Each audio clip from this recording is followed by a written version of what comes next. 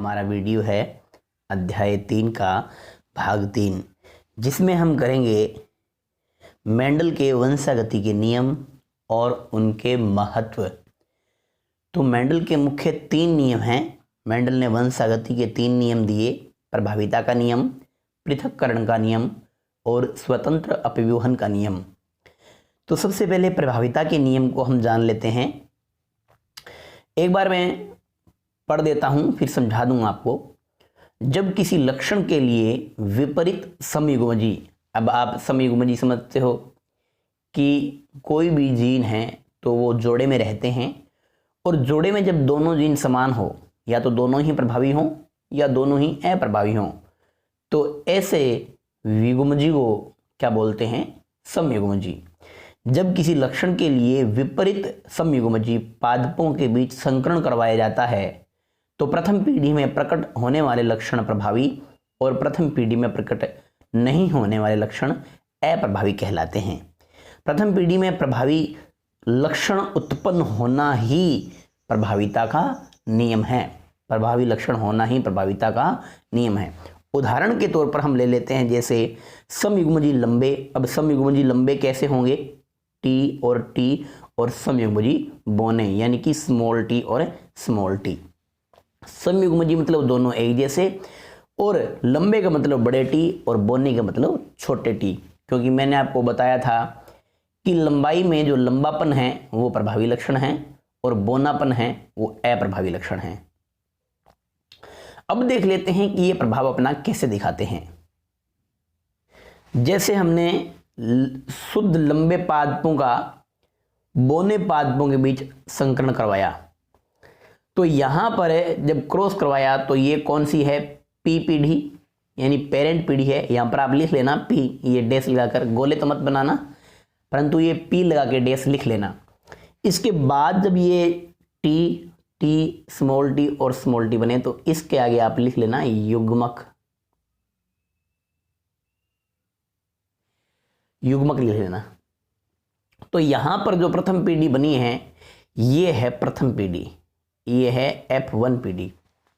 मैंने आपको प्रथम पीढ़ी की परिभाषा में बताया था कि जब 2 समयुग्मजी प्रभावी और अप्रभावी जनकों के बीच संकरण करवाया जाता है तो उससे प्राप्त पीढ़ी को F1 पीढ़ी कहते हैं।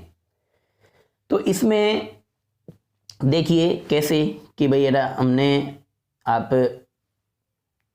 इसका हमने करवाया सबसे पहले इससे, तो ये प्राप्त हुआ। फिर इसका कराया हमने इससे, तो ये प्राप्त हुआ। फिर इसका संकलन करवाया हमने इससे, तो ये प्राप्त हुआ। इसका संकलन करवाया हमने इससे, तो ये प्राप्त हुआ। तो कुल मिलाकर हम देख रहे हैं कि जो प्रथम पीढ़ी है उसमें सारे के सारे, मेरे को आप बताओ कि समयुग्मजी है या विषमयुग्मजी है? वो क्या है बेटा? समयुग्मजी है। और मैंने बताया था कि एक बात तो ना इस मेंडल वाले चैप्टर में हमेशा याद रखना कि यदि दोनों अक्षर बड़े हैं तो वो पादप का जो लक्षण है वो प्रभावित दिखेगा। जैसे मान लो आर और आर है, फिर स्मॉल आर और स्मॉल आर है, तो यहां पर लक्षण किसका ले रहे हैं? बीज की आकृति का, यानी गोल। तो 2 बड़े आ रहे हैं तो गोल। अब जैसे यहाँ पे 2 बड़े टी हैं तो लंबे, लेकिन इनमें से यदि एक भी टी बड़ा है ना तब भी वो दिखने में तो पादप लंबा ही होगा। यदि दोनों आर में से एक भी आर बड़ा है ना तब भी वो बीज दिखने में तो गोल ही होगा। और यदि दोनों वाई में से एक भी वाई बड़ा है ना तब भी वो बीज दिखने में पीला ही होगा। क्योंकि आप जानते हो कि बीज की आकृति में जो प्रभावी लक्षण है वो गोल है, अप्रभावी है वो झुर्रीदार है। और उसी तरह से बीज का जो रंग है उसमें प्रभावी लक्षण पीला है और अप्रभावी लक्षण हरा है। तो इस तरह से जो प्रभावी लक्षण हैं वो विषमयुग्मजी में भी अपना प्रभाव दिखाते हैं। तो मैंने आपको परिभाषा में बताया था कि यहाँ पर देख लो एक टी बड़ा है तब भी ये पादप कैसा होगा? लंबा होगा। तो हम इसकी 2 तरह से परिभाषा बोल सकते हैं कि जो लक्षण प्रथम पीढ़ी में प्रकट होते हैं वो प्रभावी, या ऐसे बोल दो कि जो विषमयुग्मजी में भी अपना प्रभाव दिखाते हैं वो प्रभावी लक्षण कहलाते हैं। तो प्रथम पीढ़ी में प्रभावी लक्षणों का उत्पन्न होना ही प्रभाविता का नियम कहलाता है। और इसमें आप देख सकते हैं कोई अनुपात नहीं बन रहा, सभी पादप लंबे हैं और सभी पादपों की जो आनुवंशिक संरचना है यानी कि जीन प्रारूप है वो भी एक जैसा है। अब बेटा दूसरा नियम है पृथक्करण का नियम या युग्मकों की शुद्धता का नियम। ये बड़ा ही सरल है, थोड़ा सा ध्यान दे लेना, बहुत ही सरल नियम है। देखिए कैसे, जब समयुग्मजी प्रभावी, कैसे, ऐसे वाले, और अप्रभावी जनकों के बीच में कैसे, ऐसे वाले, संकरण करवाया जाता है तो युग्म विकल्पी के लक्षण युग्मक बनने के दौरान अलग अलग हो जाते हैं। अलग अलग हो जाते हैं, कैसे हो जाते हैं अलग? जैसे ये बेटा देखो है ना कि ये जैसे ये तो पेरेंटल पीढ़ी पी थी, और जब इनके पुष्प बने तो ये क्या हो गया, टी और टी अलग हो गए ना, तो इसको बोल रहे हैं कि ये अलग हो जाते हैं, इसलिए इसे पृथक्करण का नियम है कहते हैं। तो जैसे ही प्रथम पीढ़ी उत्पन्न होने से पहले ही जब वो युग्मक बनते हैं तो जोड़े के दोनों जिन अलग अलग हो जाते हैं, इसलिए इसे पृथक्करण का नियम है कहते हैं।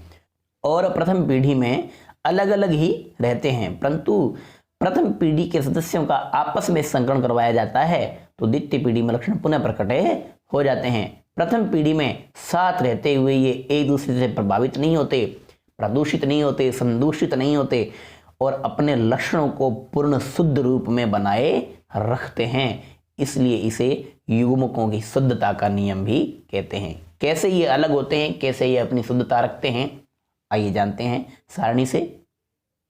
इसे बेटा बोलते हैं चेकरबोर्ड मेथड। तो एक बार शुरू से देखते हैं। ये है बेटा जनक, तो समयुग्मजी प्रभावी है लंबे पादप, और ये है, ये भी जनक है, ये है समयुग्मजी अप्रभावी। फिर बेटा मैंने युग्मक नहीं बनाया, डायरेक्ट ही आपको समझा दिया, पीछे बता रखा है मैंने युग्मक बनाकर, तो इसलिए मैंने बताया नहीं आपको। तो यहां पर जब ये बने तो ये अलग अलग हो गए ना। अब देखो बेटा टी भी है, वो अपने वाले टी से अलग हो गया, और ये छोटा टी भी है, ये भी अपने छोटे वाले टी से अलग हो गया। तो जब यहाँ पे युग्मक बनते हैं तो ये अलग अलग हो जाते हैं, इसलिए इसे युग्मकों का पृथक्करण भी कहते हैं, या पृथक्करण का नियम भी कहते हैं। तो अब ये वाली क्या हुई, ये हुई प्रथम पीढ़ी, सही है ना।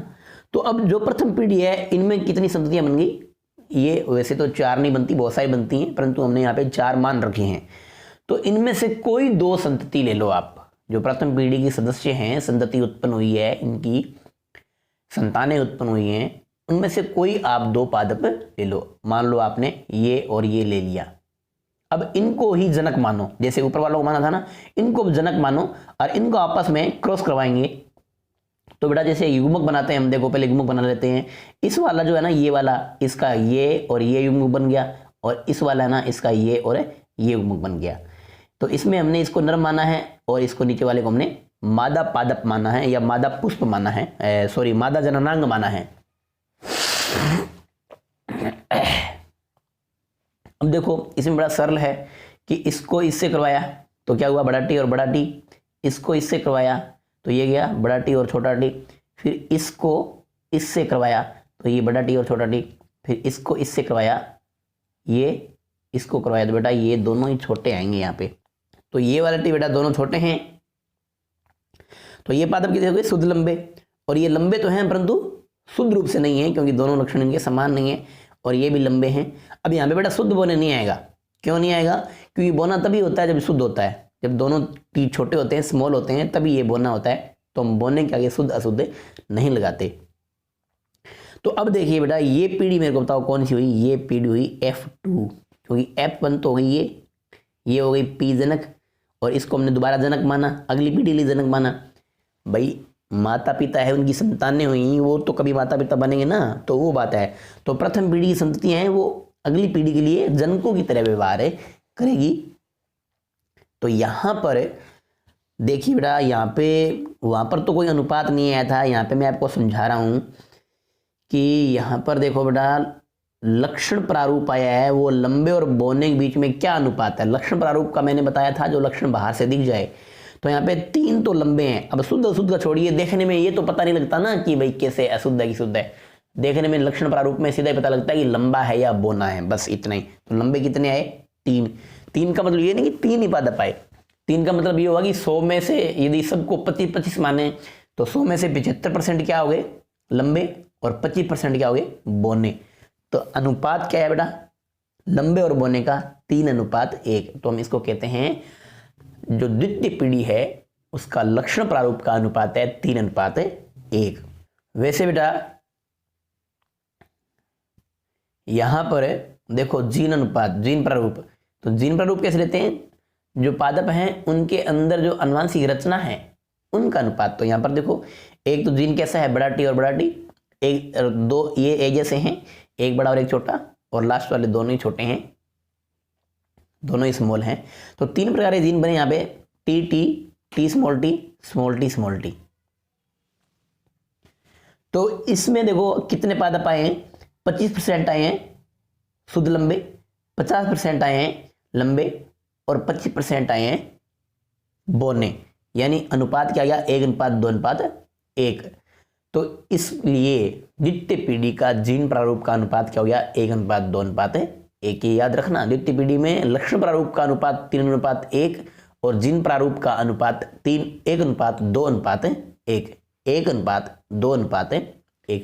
तो यहां पर है, यहाँ पे शुद्धता कैसे हुई बेटा, ये समझ में आपको आना भी बाकी है। कैसे, देखो ये थी जनक पीढ़ी, ये थी प्रथम पीढ़ी, और ये है द्वितीय पीढ़ी। ठीक है, अब यहां पर देखिए, यहां पे लक्षण एक साथ थे और यहां पर भी ये भी लक्षण एक साथ थे, लेकिन अब जैसे ही ये अगली पीढ़ी में आए और इसके बाद ये दूसरी पीढ़ी में गए, तो यहां पर देखिए जो ये देखो फिर साथ हो गए और यहां पर फिर साथ हो गए ना, साथ साथ दोनों। तो अब ये देखो इसके साथ मेल खा रहा है कि नहीं खा रहा, और ये इसके साथ मेल खा रहा है कि नहीं खा रहा। तो द्वितीय पीढ़ी में जो पौधे हैं ना, वो अपनी प्रथम पीढ़ी जो है उसके जनकों के समान है, हो जाते हैं। तो पूर्ण रूप से फिर से प्रकट हो गए नहीं हो गए भाई, अलग अलग रहे थे एक पीढ़ी, लेकिन अगली ही पीढ़ी में, दूसरी पीढ़ी में फिर से पूर्ण अपने शुद्ध रूप से, पूर्ण रूप से प्रकट हो गए। इसलिए इसे कहते हैं युग्मकों की शुद्धता का नियम। अब बेटा समझ लेते हैं संकर पूर्वज संकरण। तो इसमें कैसे समझें, कैसे संकर पूर्वज संकरण होता है। देखिए, मान लो ये एक चार्ट है, युग्मक हो गई, और ये हो गई संततियां F1 पीढ़ी की।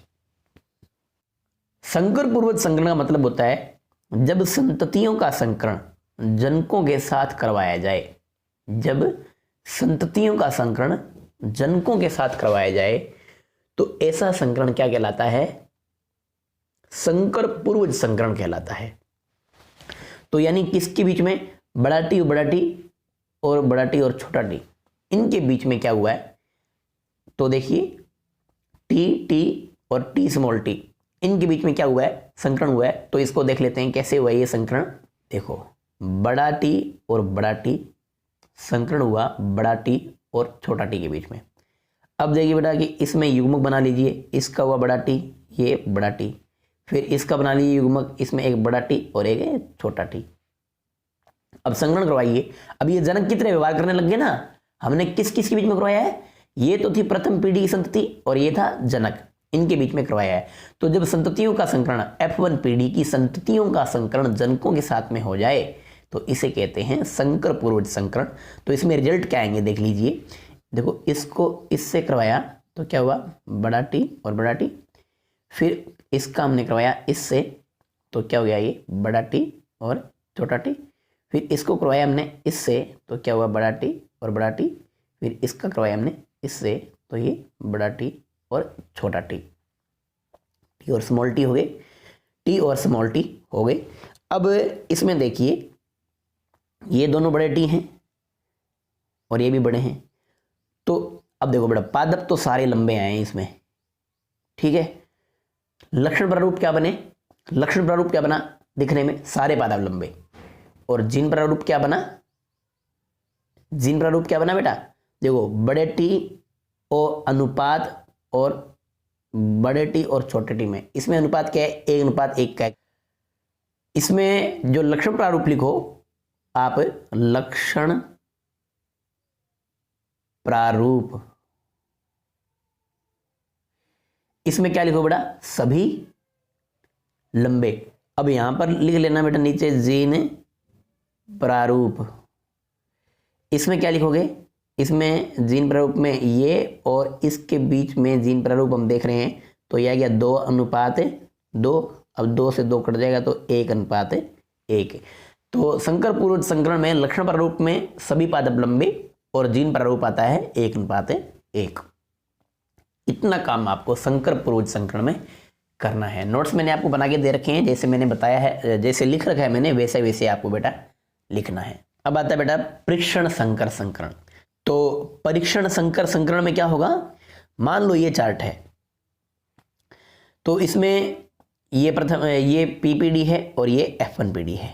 तो इसमें क्या होगा, जब संततियों का, कोई भी ले लो, एक जैसी है, कोई भी ले सकते हैं, जब संततियों का अप्रभावी समयुग्मजी जनकों के साथ करवा जाए, याद रखना मैंने आपको परीक्षण संकरण संकरण में लिखवाया है, जब संततियों का संकरण, प्रथम पीढ़ी की संततियों का संकरण, ये प्रथम पीढ़ी है ना, ये संतति है, सदस्य हैं, इनका संकरण जब अप्रभावी समयुग्मजी जनकों के साथ करवाया जाए तो ये परीक्षण संकर संकरण है।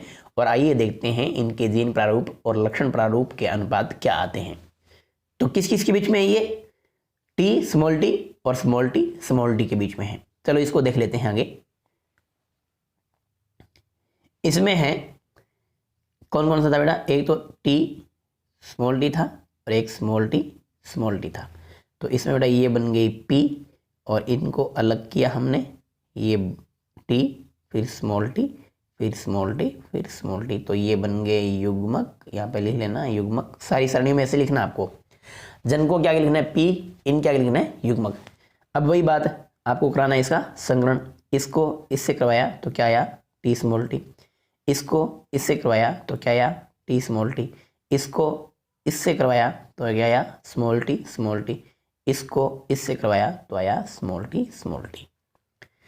अब इसका बेटा लक्षण प्रारूप देखें तो क्या दिख रहे हैं, 2 पादप तो हमें दिख रहे हैं लंबे और 2 पादप दिख रहे हैं बोने। तो वही वैसे लिख लेना जैसे मैंने आपको द्वितीय पीढ़ी में बताया था ना, लिखना कैसे भाई तरीका क्या है, वैसे हेडिंग लगाना लक्षण प्रारूप, फिर नीचे लिखना लंबे अनुपात बोने, और फिर बेटा क्या लिख दोगे, लंबे कितने 2 और बोने कितने 2, और फिर 2:2 नीचे लिख देना, फिर इनको काट कर नीचे 1:1 लिख देना। ठीक है, 2 से 2 कट जाएगा, 1:1 आ जाएगा। तो ऐसे इसमें करना है। जीन प्रारूप में क्या हो जाएगा, थोड़ा सा मैं बता देता हूँ कैसे करना आपको। जैसे जीन प्रारूप लक्षण प्रारूप में आपने किया, मान लो ये लक्षण प्रारूप है, तो इसमें आपने क्या किया लंबे अनुपात बोने, मैं लिख रहा हूँ फटाफट, आप लिख लेना बाद में, मैं बोल रहा हूँ ना साथ में लंबे आ गया बेटा, यहाँ पे बोने आ गया। लंबे कितने थे 2, बोने कितने थे 2, कट गया 1:1 आ गया। जीन प्रारूप कैसे लिखोगे, ऐसे लिख लेना, जीन प्रारूप आपको लिखना है तो इस तरह से लिख लेना। तो बेटा टी स्मॉल टी और स्मॉल टी और स्मॉल टी दोनों ऐसे हैं। ये कितने बेटा, ये 2 पादप हैं, ये कितने हैं, ये भी 2 हैं, तो ये 2 से 2 कट गया, क्या आया 1:1 आ गया। तो जीन प्रारूप भी 1:1 आया और लक्षण प्रारूप भी 1:1 आया। जब आपको आप कैसे पहचानोगे परीक्षण संकर संकरण है, इसमें जीन प्रारूप और लक्षण प्रारूप का अनुपात समान होता है। ठीक है, इस तरह से आपको ये करना है। इतना काम आपको परीक्षण संकर संकरण में करना है। क्या क्या सारणी बनानी है, कौन से जनक लेने हैं, कैसे जीन प्रारूप लिखना है, कैसे लक्षण प्रारूप लिखना है, मैंने आपको बता दिया। अब है स्वतंत्र अपव्यूहन का नियम। तो सबसे पहले बेटा जान लेते हैं क्या स्वतंत्र अपव्यूहन का नियम है। देखो बेटा नॉर्मली क्या होता है कि प्रभावी के साथ में हमने प्रभावी देखा और अप्रभावी के साथ में अप्रभावी लक्षण देखे, परंतु आप देख रहे हैं कभी कभी अप्रभावी के साथ में प्रभावी भी आ जाते हैं और प्रभावी के साथ में अप्रभावी भी आ जाते हैं। तो कहने का मतलब ये कि जो लक्षण है वो किसी भी दूसरे लक्षण के साथ जुड़ने के लिए, मिश्रित होने के लिए, अपव्यूहन होने के लिए स्वतंत्र होते हैं, इसलिए इसे स्वतंत्र अपव्यूहन का नियम कहते हैं। नियम में चलो देख लेते हैं क्या लिखा हुआ है। इस नियम के अनुसार जब किन्हीं 2 या 2 से अधिक विपरीत लक्षणों, 2 बेटा कम से कम कितने 2, जैसे वहां पे हमने सिर्फ लंबा लिया था ना, यहाँ पे 2 लेंगे, कोई भी 2 ले लेना। वैसे लंबा यहाँ पे कौन सा लिया गया है, गोल और पीला, झुर्रीदार और हरा।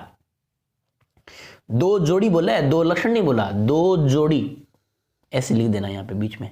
ठीक है, यहाँ पर इसलिए ना 2 या 2 से अधिक जोड़ी विपरीत लक्षणों के बीच संकरण करवाया जाता है तो प्रभावी लक्षण के साथ प्रभावी और अप्रभावी के साथ अप्रभावी ही नहीं बल्कि प्रभावी के साथ अप्रभावी और अप्रभावी के साथ प्रभावी भी आ सकता है। अर्थात लक्षण किसी भी अन्य लक्षण के साथ अपव्यूहन या मिश्रित होने के लिए स्वतंत्र होते हैं, इसलिए इसे स्वतंत्र अपव्यूहन का नियम कहते हैं। देखो बेटा कैसे, मान लो हमने 2 लक्षण ले लिए, मैं जो यहाँ पे बना रहा हूँ ना वो बना लेना कॉपी में। जैसे मान लो हमने ले लिया आर आर वाई वाई और आर आर वाई वाई। अब बेटा यहाँ पे ध्यान देने वाली बात ये है कि यहाँ पर ना देखो, वहाँ पे तो एक ही जोड़ी थे ना, यहाँ पे बस 2 जोड़ी है, इतनी सी बात है और कुछ नहीं है, अलग कोई हार्ड नहीं है इसमें। ये बनाने के बाद में अब इनके बेटा लक्षण अलग अलग कैसे होंगे, अब ये जोड़े में अलग होंगे। जैसे एक ये लेना है और एक ही लेना है, तो युग्मक कैसे बनेंगे इनके, ऐसे बनेंगे बेटा युग्म आर वाई, इसका युग्म क्या बनेगा बेटा आर वाई। अब यहाँ पे बेटा आपने क्या लिख दिया P, अब यहाँ पे क्या लिख दोगे युग्मक, आप लिख देना यू आधा गए मैं कै युग्मक।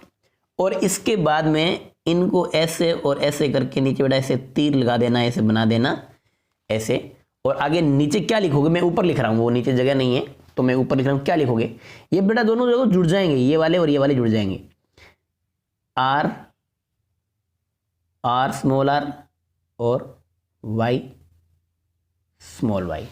ऐसा क्यों हुआ, क्योंकि ये तो बड़ा सिंपल है, हमने प्रथम पीढ़ी वाला किया था कि दोनों बड़े हैं ये, यहाँ पर वहाँ पर तो एक ही थे ना, तो टी अकेला टी था, इधर एक अकेला स्मॉल टी था, तो यहाँ पे 2 लक्षण है ना, तो एक बड़ा आर बड़ा वाई फिर छोटा आर छोटा वाई। तो ये कौन सी पीढ़ी है जो आपने तीर के आगे यहाँ पे लिखी है, ये बेटा प्रथम पीढ़ी है। तो प्रथम पीढ़ी में तो होता है ऐसे, देखो इसको एक को देखो आपको समझ में आ जाएगा, वहाँ पे टी स्मॉल टी आए थे ना, सारे के सारे आए थे ना प्रथम पीढ़ी में, तो यहाँ पे आर स्मॉल आर वहाँ पे, और इसी तरह से बेटा ये वाई स्मॉल वाई आया है, तो प्रथम पीढ़ी में तो विषम युग्मज ही आते हैं। तो इस तरह से ये प्रथम पीढ़ी है। अब प्रथम पीढ़ी के आगे देखो, आपने बेटा ये काम कर लिया, इसके बाद में ये लिखा आपने, इसके बाद में ये तीर लगा के नीचे, और ये वाला जो मैंने कहा आपको ये लिख लिया। इसके नीचे आपको क्या करना है, इसके नीचे आपको बनानी है द्वितीय पीढ़ी। ये कैसे होगा, अब इनके युग्म कैसे बनेंगे, मान लो F1 पीढ़ी ना जो ये वाली मैंने आपको बताई, देखो ये पूरी है, ये आर स्मॉल आर लिख रखा है ना मैंने, इसको जब आगे करते हो आप, तो इसको जब करने के बाद में इनके युग्मक बनते हैं, वो युग्मक कैसे बनते हैं और इनके क्या रिजल्ट आते हैं वो हम देख लेते हैं आगे। आपको इसके बाद बनानी है ये वाली सारणी। इसमें देखो बेटा युग्मक मैंने बना के दे रखे हैं आपको, ये जो है सारे सारे आपको दिख रहे हैं, ये हैं युग्मक। सारणी बनानी है आपको ऐसी की ऐसी बनानी है सारणी। युग्मक मैंने बना के दे रखे हैं, यदि आपको युग्मक बनाने नहीं आ रहे हैं तो ऐसे देखिए बेटा, इसको इस तरह से देखिए कि इसमें देखो एक बार हमने दोनों ही बड़े ले लिए, फिर हमने पहला लक्षण बड़ा और दूसरा छोटा ले लिया, फिर हमने पहला छोटा और दूसरा बड़ा ले लिया, और अंत में हमने दोनों ही छोटे ले लिए। तो यहाँ पे जीन प्रारूप में जो युग्मक हैं इनके जीन प्रारूप की 4 संभावना बनती हैं, और जैसी संभावना हमने ऊपर ली है वैसी बेटा हमने ये वाली ले ली, एक जैसी हैं दोनों। अब इनको करने का तरीका मैं आपको बता दूं कैसे बेटा, थोड़ा सा इसको समझ लीजिए, आसानी समझ में आ जाएगा आपको कैसे। तो इसमें देखो जैसे ये और ये है, हम इनको देखते हैं, तो इनको ऐसे मिलाएंगे, हम ऐसे मिलाएंगे। तो यहाँ पर देखो बेटा आर, पहले आर को देखो आर, और इधर से मैंने ले लिया आर, तो दोनों आर आर मिल गए। वाई हमने यहाँ से ले लिया और वाई यहाँ से ले लिया, तो दोनों वाई वाई मिल गए। तो इस तरह से ऐसे नहीं करना हमें कि आर वाई, ऐसे नहीं आएगा, पहले गोल वाला पूरा करो, यानी आर का मतलब गोल या फिर झुर्रीदार, ये सिर्फ किसका लक्षण है, बीज की आकृति का। दूसरा जो वाई वाला है वो किसका लक्षण है, बीज के रंग का, वो अलग बात है। अलग बात कैसे, इसको हम अलग रखेंगे, इसको अलग रखेंगे। कई बच्चे ऐसे ले देते हैं आर वाई, तो ये तो युग्मक हो गए, तो ये लक्षण बना ही नहीं। लक्षण तो बनता जब दोनों साथ साथ आते, जब दोनों ABCD के अक्षर साथ साथ आ रहे हैं तब ऐसा जीन प्रारूप बनता है और वो लक्षण उत्पन्न होते हैं। तो इसमें क्या है, अब यहाँ पर और कोई देख लीजिए बेटा कैसे, कि मान लो हमने ये और इसका कर लिया, कैसे करेंगे, देखो बेटा इसमें और इसमें देखो आप, इसका और इसका देखो, इसमें आर बड़ा है, उसमें आर छोटा है तो आर स्मॉल आर, इसमें वाई छोटा है, इसमें वाई छोटा है तो वाई स्मॉल वाई। कर लोगे ना, समझ में आ गया। एक और समझा देते हैं, चलो देखिए। मान लो बेटा इसका और हमें करना है इसका, तो देखो आर इधर वाला भी छोटा है और आर इसमें भी छोटा है, तो इसको और इसको देख लेना आपने। तो इसमें बेटा देखो आर आर छोटे हैं दोनों, तो पहले दोनों आर छोटे, फिर इसमें देखो ऊपर देखो वाई बड़ा है ना, तो ऊपर नीचे का नहीं है, पहले हम बड़ा अक्षर लिखेंगे फिर हमने छोटा लिख दिया। तो इस तरह से इसको करना है, इस तरह से आप पूरी सारणी बना लेंगे। अब जोड़ीदार और गोल और पीला और हरा, इसका माहौल कैसे बनेगा देखिए। वही नियम याद रखिए, दोनों आर बड़े हैं तो गोल, एक आर बड़ा है तो भी गोल, दोनों आर छोटे हैं तो जोड़ीदार, याद रह जाएगा। इस तरह से बेटा वाई में है, दोनों वाई बड़े हैं तो पीले, एक भी वाई बड़ा है तो भी पीला, और यदि दोनों वाई छोटे हैं तब हरा बोलना है। तो देखो बेटा दोनों आर बड़े हैं, दोनों वाई छोटे हैं गोल, दोनों वाई बड़े हैं गोल पीले, ये भी गोल पीले गोल पीले गोल पीले गोल पीले गोल पीले, और ये गोल पीले, ये भी गोल पीला है, ये भी गोल पीला है। अब यहाँ आप देख लीजिए बेटा कि इसमें ये तो गोल है लेकिन वाई दोनों छोटे हैं, तो वाई दोनों छोटे ही होते क्या हो जाएगा, हरा हो जाएगा, ये गोल हरा है। तो यहाँ पे इसका और इसका हो रहा है ना, इसका और इसका हो रहा है ना, देखो बेटा। तो यहाँ पर देखो आर इसका बड़ा है, इसका भी बड़ा है, ये देखिए ये आर बड़ा है। फिर बेटा यहाँ पर देखो, इसको देखो और इसको देखो, दोनों आर छोटे हैं तो जोड़ीदार बोलना है, दोनों वाई बड़े हैं तो पीले, एक भी वाई बड़ा है तो भी पीला, और दोनों ही वाई छोटे हैं तो हरा। तो इस तरह से बेटा आप इसके लक्षण लिख लेना। समझ तो आया ना आपको भाई। बेटा यदि दोनों आर बड़े हैं तो आपको गोल लिखना है, और एक भी आर बड़ा है तब भी गोल लिखना है, दोनों आर छोटे हैं तब आपको जोड़ीदार लिखना है।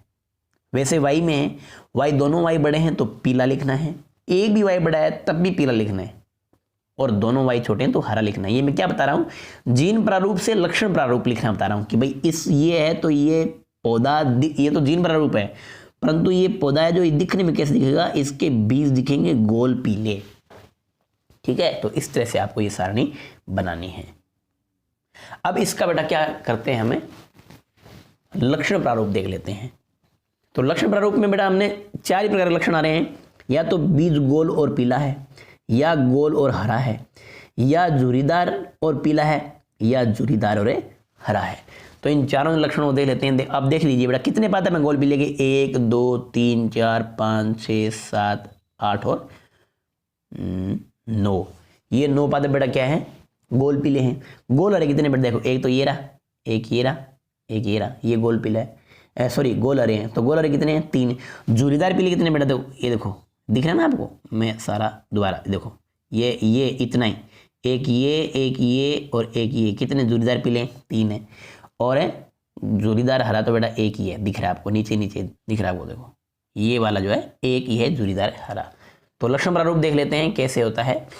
गोल पीला गोल हरा अनुपात जोड़ीदार पीला अनुपात जोड़ीदार हरा। तो इसमें अनुपात कितना आया, 9:3:3:1। ये द्विसंकर संकरण या कह दो स्वतंत्र अपीवन नियम, दोनों एक ही बात है बेटा, दोनों की एक जैसी सारणी बनेगी, एक जैसा नियम है। तो जब हम द्विसंकर संकरण करवाते हैं या स्वतंत्र अपीवन का नियम करते हैं तो यहाँ पे 4 प्रकार के लक्षण प्रारूप बनते हैं द्विसंकर संकरण में। स्वतंत्र अपीवन के नियम में गोल पीला गोल हरे जोड़ीदार पीले और जोड़ीदार हरे। तो गोल पीले 16 पादप थे टोटल, तो 16 में से बेटा गोल पीले कितने हैं, 9, गोल हरे कितने हैं, 3, जोड़ीदार पीले कितने हैं, 3, और जोड़ीदार हरे कितना, 1 है। तो इनका अनुपात क्या आया, 9:3:3:1 आया। ठीक है, अब बेटा आगे हम देख लेते हैं जीन प्रारूप। अब आपको बड़ा ये दिखने में बहुत ही खतरनाक लग रहा है, डर लग रहा होगा आपको, पर डरने वाली कोई बात ही नहीं है, बहुत ही सिंपल है ये। इसको देखो बेटा बांट लो, इसको ऐसे याद रखो, मैं समझा रहा हूं आपको। ये तो है बेटा सारे के सारे गोल पीले, ये 4 है ना जो आपको दिख रहे हैं, 1 2 3 4। मैं आपको कैसे, भाई ये रटना नहीं है भाई, ये अपने इतने मैं बता दूंगा कैसे बेटा। फिर ये बेटा 2 है ना, ये आपको दिख रहे हैं गोल हरे। फिर ये 2 है ना, ये आपको दिख रहे हैं गोल जोड़ीदार पीले। कैसे पता लग गया ना, देखो दोनों आर छोटे हैं तो जोड़ीदार है, दोनों वाई बड़े हैं तो पीला, फिर एक वाई बड़ा है तो पीला, समझ रहे ना। और लास्ट वाला जो है वो है जोड़ीदार हरा। तो आप है ना देखो बेटा कंफ्यूज मत होना, ये इतने क्या है बेटा, गोल पीले हैं। तो देखो 1 और 2 3 और 2 5 और 4 9, तो 9 आया ना वहां पे गोल पीले। और ये क्या है, दोनों आर बड़े हैं तो गोल, दोनों वाई छोटे हैं तो हरे, तो ये बेटा गोल हरे हैं। ये क्या है, जूरीदार पीले हैं, और ये क्या है, जूरीदार हरा है। तो ये 3 है, ये 3 है। तो हिसाब से देखो बेटा ये बन रहा है ना, ये 9 पादप हैं, ये 3 पादप हैं, और ये 3 पादप हैं, और ये 1 पादप है। तो हमने जूरीदार पीला, गोल हरा, गोल पीला, और आपने इस तरह से हमने देखा, तो ये 9:3:1 यहाँ पे भी बन रहा है ना। परंतु हम इसको याद कैसे रखें, ये तो आपको समझ में आ गई बात कि याद कैसे रखें। तो याद सबसे पहले क्या करना है, सबसे पहले हमने इन चारों को देखना है। तो ये सारे सारे गोल पीले देख लो बेटा। तो गोल पीले की संभावना क्या करनी है, एक बार तो सारे बड़े कर दो, एक बार जो इधर वाला जोड़ा है ना, जो रंग वाला, इसमें एक छोटा कर दो आप, बाकी सारे बड़े रहने दो। फिर क्या करना, इस आकृति वाले में छोटा कर दो, बाकी सारे बड़े रह देना। फिर क्या करना, दोनों में एक एक छोटा कर दो, यानी कि आकृति में भी एक आर छोटा और वाई में भी एक वाई छोटा। तो ये 4 संभावना बन गई। फिर आगे देखिए, ये है गोल हरा। तो जब हरा आ गया तो बेटा दोनों वाई छोटे होंगे दोनों कंडीशन में, परंतु गोल है ना वो आर आर और स्मॉल आर, यानी कि तो बेटा देखो आपको ये देखना पड़ेगा कि यहाँ पे दोनों ही वाई, दोनों वाई, यानी कौन सा है ये, गोल हरा है। तो हरा तो दोनों में छोटा ही होगा, हरा तो करने के लिए एक वाई बड़ा करते तो पीला हो जाएगा। तो इन दोनों कंडीशन में क्या है, वाई बड़ा है, लेकिन गोल के लिए एक बार दोनों बड़े, एक बार आर एक बड़ा और एक छोटा कर देना। फिर देखना यहाँ पे जूरीदार पीला, तो जूरीदार में दोनों में आर छोटा ही रहेगा, लेकिन वाई में एक बार दोनों वाई बड़े, एक बार दोनों वाई, एक वाई बड़ा और एक छोटा करना है, और अंत में सारे ही छोटे हो जाएंगे।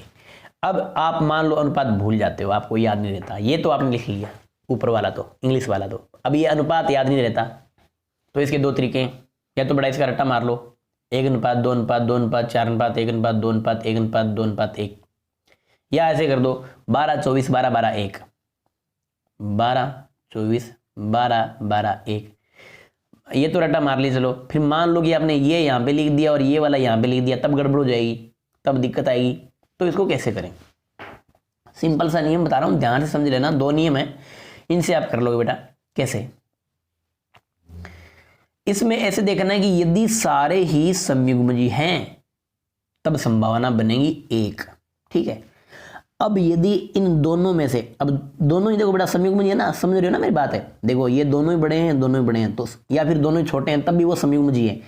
तो दोनों ही यदि संयुग्मजी हो, ध्यान से सुनना, जब दोनों ही संयुग्मजी हो तो संभावना 1, जब दोनों में से कोई एक विषमयुग्मजी हो तो संभावना 2, और जब दोनों ही विषमयुग्मजी हो तो संभावना 4।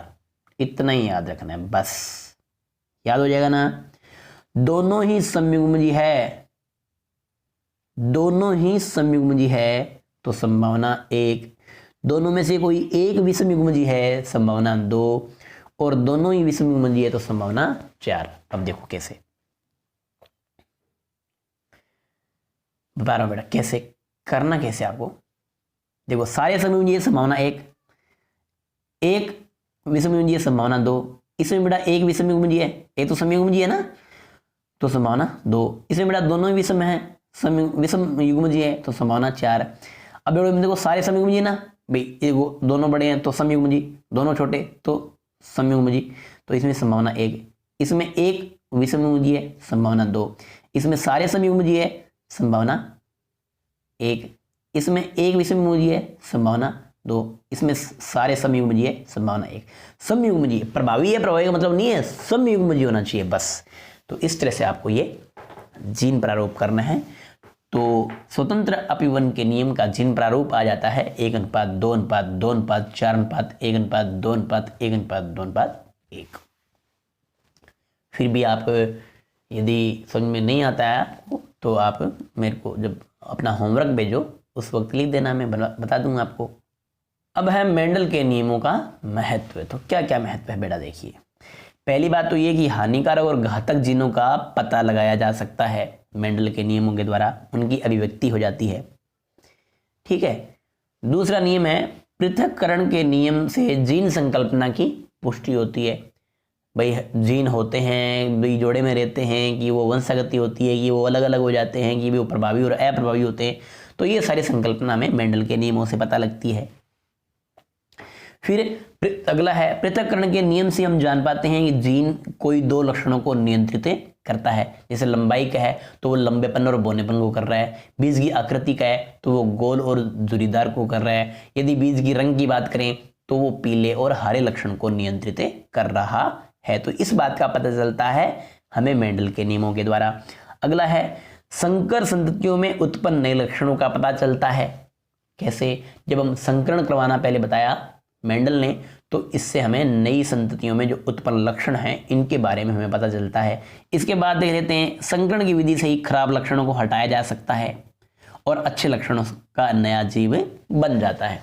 जैसे मान लो कि एक पादप है, जैसे मान लो एक गन्ना है या एक बाजरे की किस्म है, तो एक तो बेटा ऐसी है जो कम पानी लेती है और उत्पादन भी कम देती है, एक ऐसी है जो उत्पादन भी ज़्यादा देती है, पानी भी ज़्यादा लेती है। तो मान लो दोनों किस्मों को मिला दिया तो ऐसी किस्म बन जाएगी, पादप ऐसी संतति बन जाएगी कि भाई वो पानी भी कम पिए, पानी भी कम उसकी ज़रूरत हो और उसकी उत्पादन क्षमता भी अधिक हो। तो इस तरह से संकरण की विधि से खराब लक्षणों को हटाया जा सकता है और अच्छे लक्षणों को जीव में लाया जा सकता है। अगला महत्व है संकरण की विधि से रोग प्रतिरोधक और ज़्यादा उत्पादन करने वाले जीवों और पौधों यानी प्राणियों की किस्में बनाई जा सकती है। ज़्यादा उत्पन्न करने वाले पौधों और प्राणियों की किस्में बनाई जा सकती है। जैसे मान लो ज़्यादा दूध देने वाली गाय, ज़्यादा अंडे देने वाली मुर्गी या ज़्यादा फल देने वाला कोई पेड़, ठीक है। इस तरह से अधिक उत्पादन क्षमता वाले पादप तैयार किए जा सकते हैं। सूजनिकी में मेंडल के नियमों का बड़ा महत्व है, यानी कि वो सारी की सारी मेंडल के नियमों पर ही आधारित है। इसके आपको नोट्स मैंने जैसे बताया है वैसे बताना है, बनाने हैं नोट्स आपको, लेकिन कुछ एक्स्ट्रा थे जो मैंने बेटा आपको सरणी बनाकर बता दिए। अब बेटा ये सूजनिकी क्या है? सूजनिकी विज्ञान की वह शाखा है जिसमें मानव जाति के सुधार का अध्ययन किया जाता है। मानव में यदि कोई रोग है तो आने वाली पीढ़ियों में न हो, मानव की कोई पीढ़ी में कोई जीन का खराबी है तो वो आने वाली पीढ़ियों में न हो। तो इस तरह से सूजनिकी में मानव नस्ल की सुधार का अध्ययन किया जाता है। इस चैप्टर में बेटा इतना ही और आज की वीडियो में भी इतना ही।